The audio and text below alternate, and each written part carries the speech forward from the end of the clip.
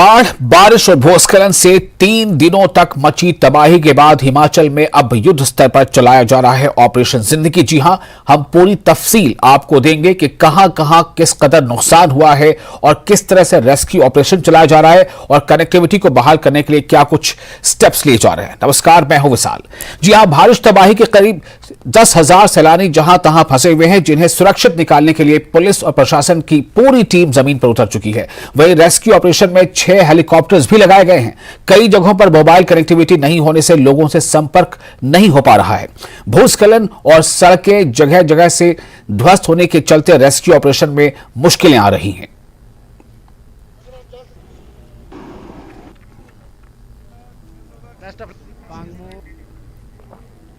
Rescue operation में सबसे ज्यादा मुश्किल लाहौल स्पीति के चंद्रताल में आ रही है। यहां 300 के करीब लोग फंसे हुए हैं। यहां कई किलोमीटर के रास्ते में 3 से 4 फीट मोटी बर्फ की परत जम चुकी है, जिससे लोगों को निकालना काफी मुश्किल हो रहा है। हालांकि दिन रात मेहनत के बाद 12 किलोमीटर तक सड़क बहाल कर दी गई है, लेकिन अभी भी कुल करीब 25 किलोमीटर और दूरी चंद्रताल टेंट कैंप तक शेष है। एडीसी राहुल जैन ने यह जानकारी दी है। सीएम सुक्खू ने खुद रेस्क्यू ऑपरेशन पर नजर बनाए रखी है, जो आज लाहौल स्पीति का हवाई सर्वे भी करने वाले हैं। अच्छा?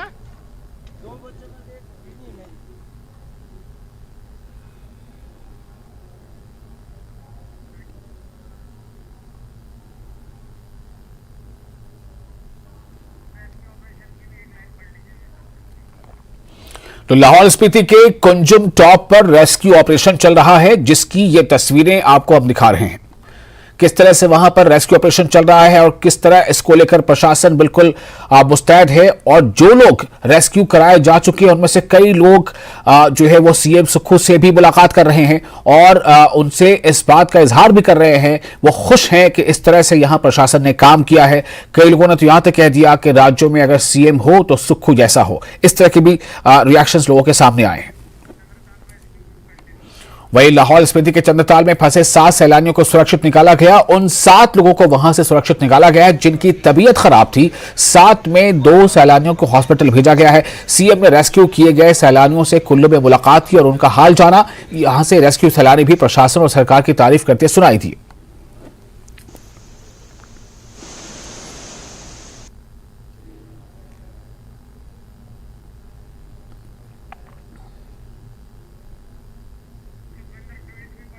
और वहीं सीएम सुक्खू ने ट्वीट करके बताया कि जोरी फार्म के 8 लोगों और उनके 3 रिश्तेदारों को सुरक्षित बचा लिया गया है। उन्होंने अपनी 400 भेड़ें कारा में छोड़ दी हैं, जबकि 4 लोग जो नाले के दूसरे छोर पर हैं, उन्हें बचाया जा रहा है। इंडिया हाइक्स ट्रैकर्स टीम सफलतापूर्वक नीचे उतरी और सभी चुनौतियों को पार किया। इन सभी को काफनों में बेस कैंप पहुंचाया जा रहा है। मैं व्यक्तिगत रूप से अपडेट पर नजर रख रहा हूं। ये सीएम सुक्खू ने अपने तौर पर यह जानकारी दी है। उन्होंने ट्वीट कर यह जानकारी दी है।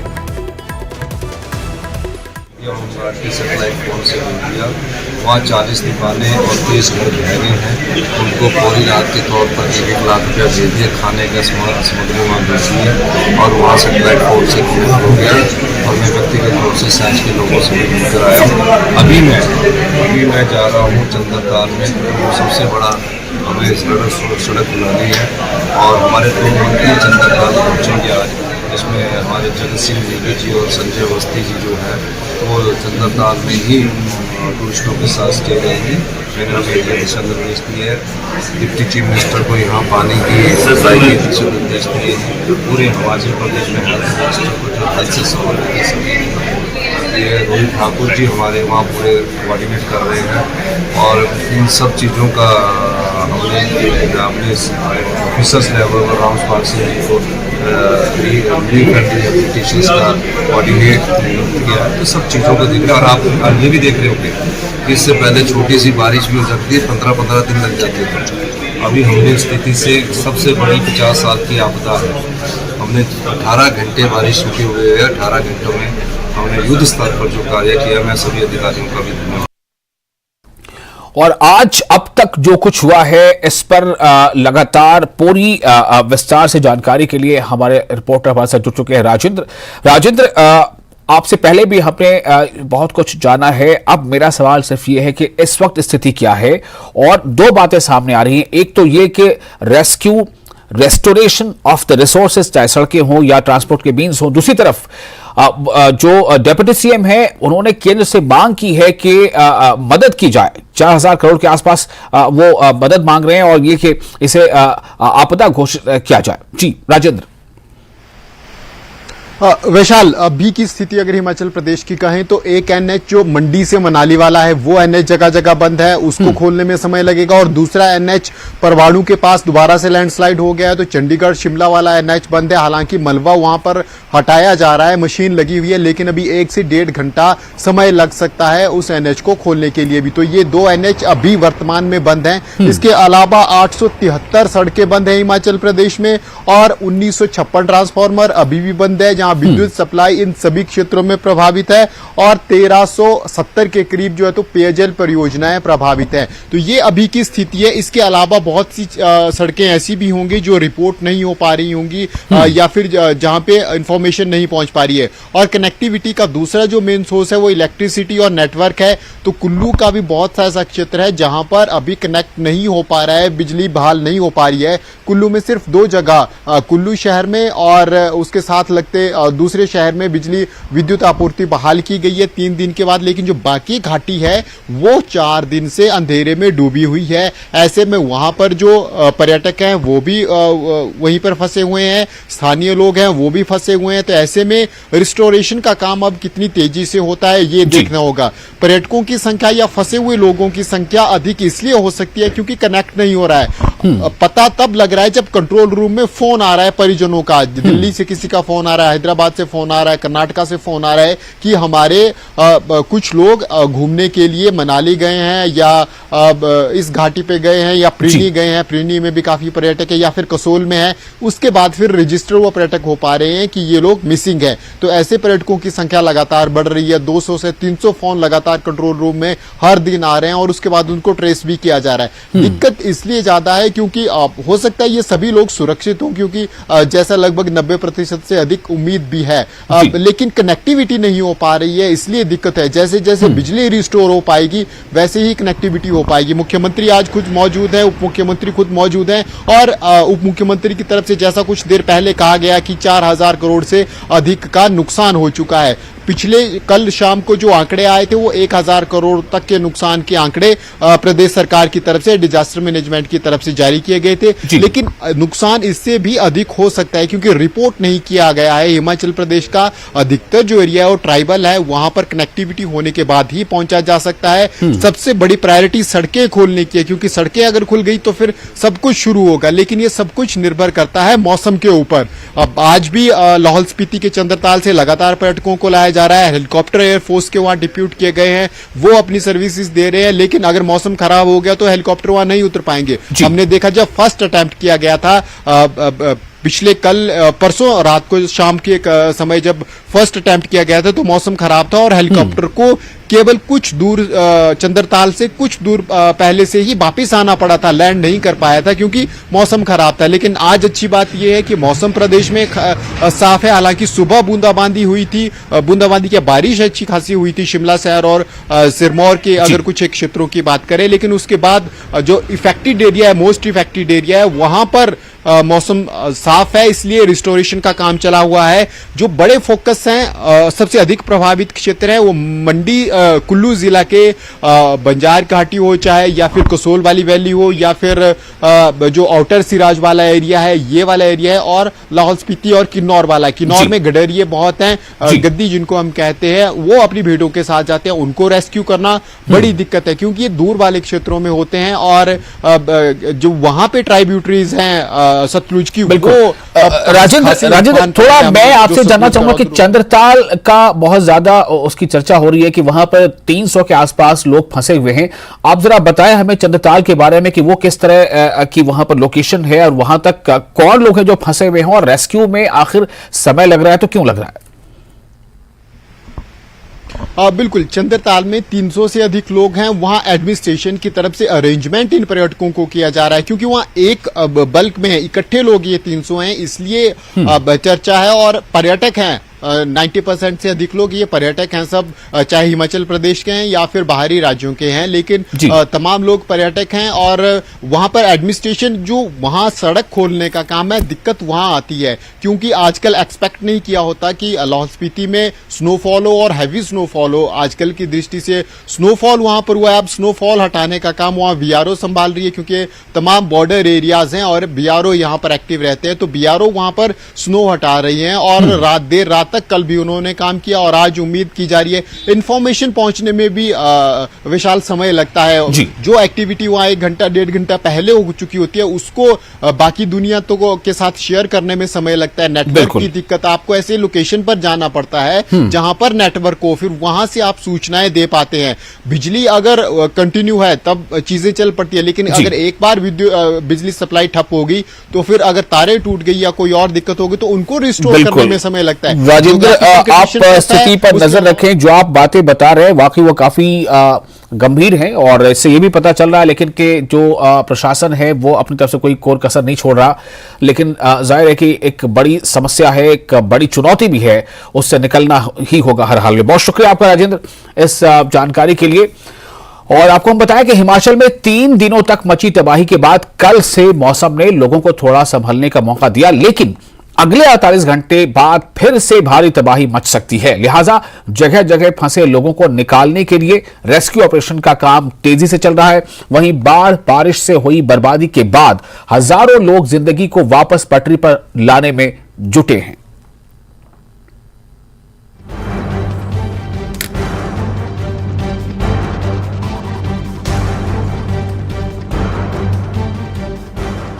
व्यास नदी फिर से मंडी के प्रसिद्ध पंचवक्त मंदिर में विराजमान भगवान शिव के चरण छूने लगी है। बीते कुछ दिनों से इस दिव्य मंदिर की तस्वीरें सोशल मीडिया और टीवी पर वायरल हो रही थीं। तब हिमाचल प्रदेश की मंडी में व्यास नदी का उफान मंदिर के शिखर को लांघ जाने के लिए बेताब दिख रहा था, लेकिन अब स्थिति बदल गई है।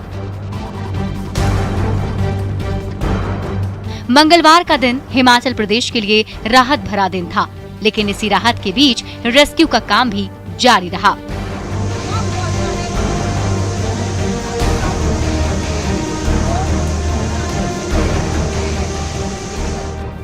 हेलीकॉप्टर से एयरलिफ्ट किए जा रहे ये लोग 4 दिन पहले एकाएक गिरी नदी का जलस्तर बढ़ने से एक स्टोन क्रशर के पास टापू पर फंस गए थे, जिन्हें 4 दिन की लंबी जद्दोजहद के बाद प्रशासन ने सकुशल बचा लिया। रेस्क्यू की ये तस्वीरें पावटा साहिब के केलाल डोरिया की है, जहां 5 लोग फंस गए थे। इस रेस्क्यू ऑपरेशन को सेना की मदद से अंजाम दिया गया। टापू पर 5 लोगों में एक की हालत गंभीर होने लगी थी, जिसके बाद ड्रोन के जरिए उस शख्स तक दवाएं पहुंचाई गईं।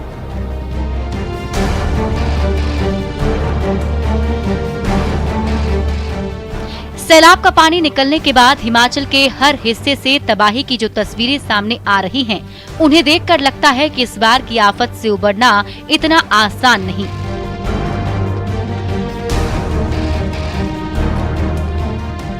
ये कुल्लू की तस्वीर है, जहां से तबाही की शुरुआत हुई थी। व्यास नदी यहां हाईवे के एक बड़े हिस्से के समेत कई मकानों को अपने साथ बहा कर ले गई और किनारे के जिन घरों को उसने बख्श दिया, वहां हर तरफ कीचड़ और कई फीट मलबा जमा हुआ है।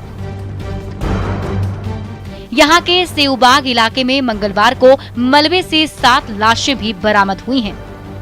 बारिश का कहर हिमाचल में थोड़ी देर के लिए थमा जरूर है, लेकिन इसके थमने के साथ ही पहाड़ों के दरकने का सिलसिला शुरू हो गया है। दरकते पहाड़ मकान को ताश के पत्ते की तरह ढा रहे हैं।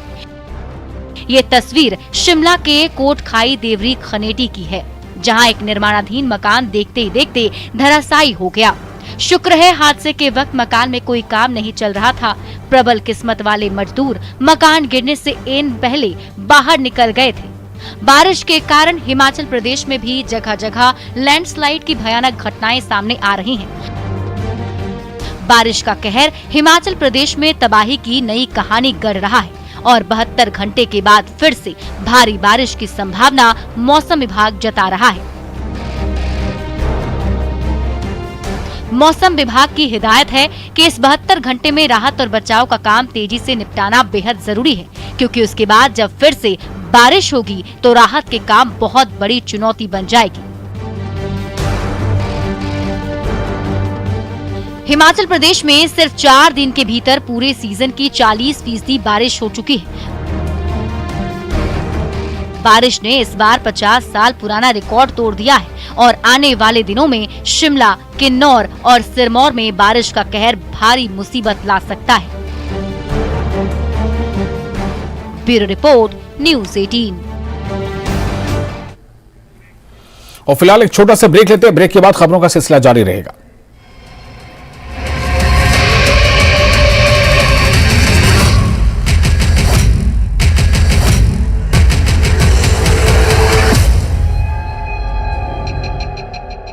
States 1200 plus शोपियां के उपायुक्त फजलुल हसीब ने मीडिया कर्मियों के साथ एक इंटरैक्टिव बैठक की। उन्होंने जिले के समग्र विकास में मीडिया बिरादरी की भूमिका की आवश्यकता व्यक्त की और उन्हें पूर्ण सहयोग का आश्वासन दिया। डीसी ने इस बात पर भी जोर दिया कि मीडिया उन मुद्दों पर ध्यान दिलाने में महत्वपूर्ण भूमिका निभाता है जिन पर अन्यथा किसी का ध्यान नहीं जाता। बैठक के दौरान प्रिंट और इलेक्ट्रॉनिक मीडिया संगठनों के प्रतिनिधियों को डीसी के साथ बातचीत करने का अवसर प्राप्त हुआ। मीडिया प्रतिनिधियों ने प्रेस क्लब की स्थापना की मांग की। डीसी ने आश्वासन दिया कि उनकी मांगों को तुरंत पूरा किया जाएगा।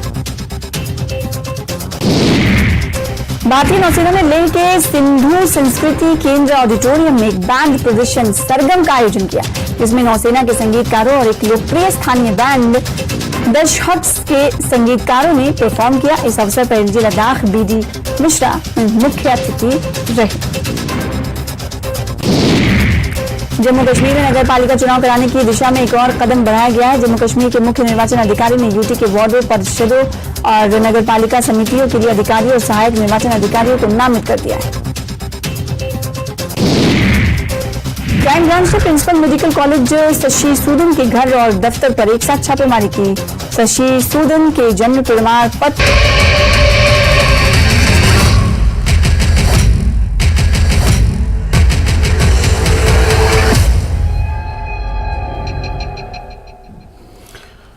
कुल्लू में सीएम सुक्खू ने आपदा पीड़ितों के साथ डिनर करके एक बार फिर अपनी नेक दिली दर्शाई है। उन्होंने कुल्लू महाविद्यालय में लोगों के साथ खाना खाया। इस दौरान सीपीएस सुंदर सिंह ठाकुर मौजूद रहे। बता दें कि कुल्लू महाविद्यालय में बाढ़ पीड़ितों के लिए व्यवस्था की गई है, जहां 300 लोगों के खाने पीने की व्यवस्था की गई है।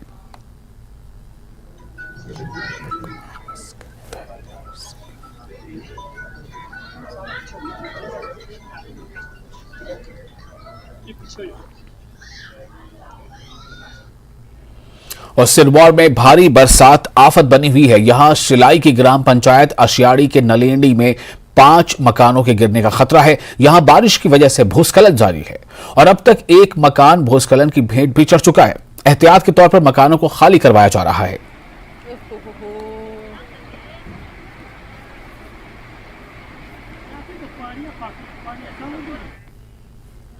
वहीं चंबा में भारी बारिश के बाद खराब हुई सड़क से गुजरने के लिए एक दूल्हे को जेसीबी का सहारा लेना पड़ा। दूल्हे को शादी के लिए ससुराल जाना था, लेकिन कीचड़ से भरी सड़क पर ऐसा मुमकिन नहीं लग पा रहा था, जिसके बाद जेसीबी बुलाई गई और फिर दूल्हे राजा शादी के लिए ससुराल पहुंचे। अब जेसीबी की सवारी करते इस दूल्हे की तस्वीर खूब वायरल हो रही है।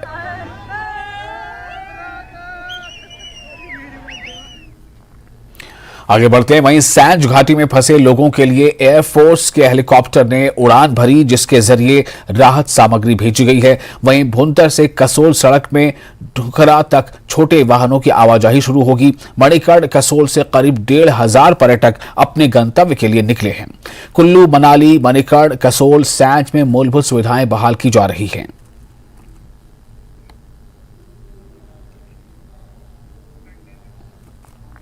और आपको कुछ और तस्वीरें दिखाते हैं। ये तस्वीरें उस वक्त की हैं जब मनाली में लोग खुली धूप में घरों से बाहर निकले और जहां उन्होंने देखा कि त्रासदी का वो मंजर था जो हर तरफ नजर आ रहा था, जो पिछले 2 दिन की कहानी बयां करने के लिए काफी है। हर तरफ मलबा, टूटी सड़कें, पुल पुलिया और क्षतिग्रस्त मकान नजर आ रहे थे।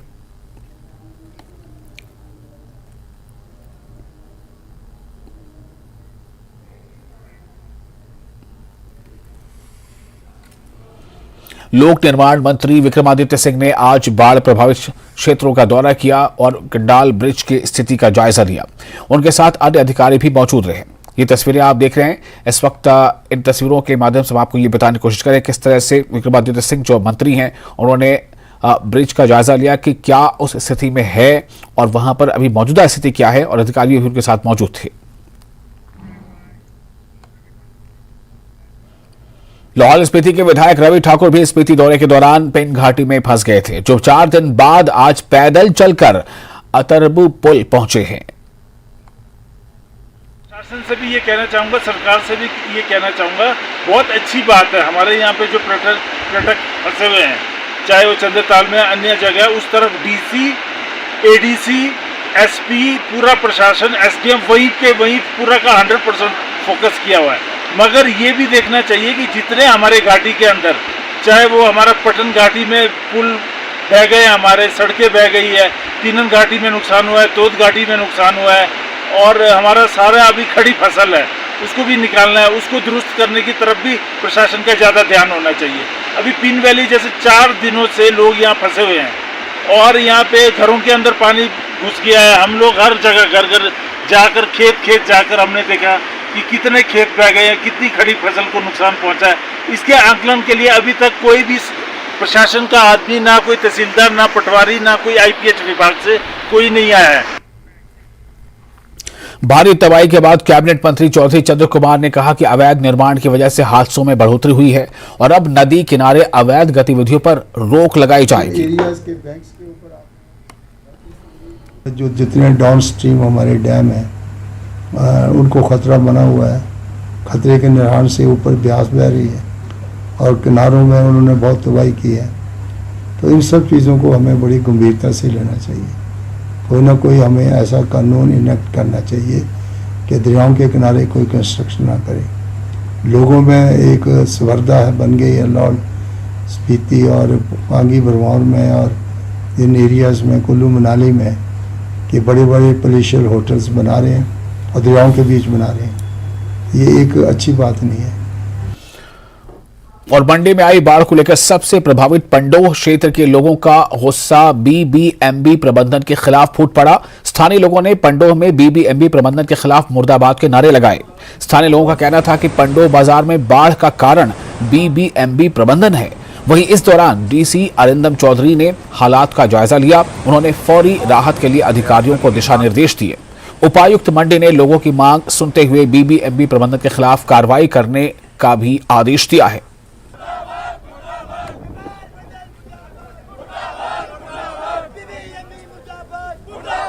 पानी 4-5 बजे पानी आ जाएगा, 3-4 फुट पानी। तो आपको फिर सामान निकालने का समय नहीं मिला? नहीं, बिल्कुल। कितना कर नुकसान हुआ आपका? नुकसान हो गया, फ्रिज भी खराब हो गया, माइक्रोवेव खराब हो गया और वाशिंग मशीन और बेड का फर्नीचर सारा खराब। घर का बहुत ज़्यादा नुकसान, और हमने अपने सामान को वहीं छोड़ा। पहले हमने अपने बुजुर्गों को बाहर निकाला। खाने देने बिस्तर दे, कपड़े मतलब 10-12 हज़ार में 15-20 हज़ार वाला सामान खा लगे उड़ा, ऊपर का भी उड़ी गया। 15-20 हज़ार अपना सामान सारा दीजिए। जैसे ही पानी आया आपको पता नहीं चला, कुछ निकालने का टाइम नहीं मिला? आज तक हमने इतना पानी नहीं देखा। देखो 4-60 साल हो गए यहाँ रहते हुए, और आज इतनी तबाही हुई, सब कुछ हमारा ले गया बहा के पानी।